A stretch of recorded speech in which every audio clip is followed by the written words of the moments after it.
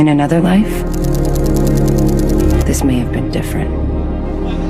কলেজের plane crash করে পুরো পড়ছে, বাট আমাদের বিল্ডিং এর দিকে আসে নাই।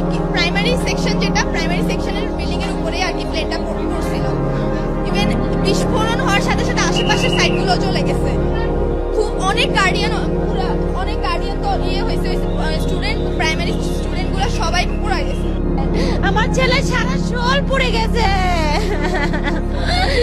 আমার ছেলের সারা শোল পড়ে গেছে, মাথার চুল দিয়েও পড়ে গেছে।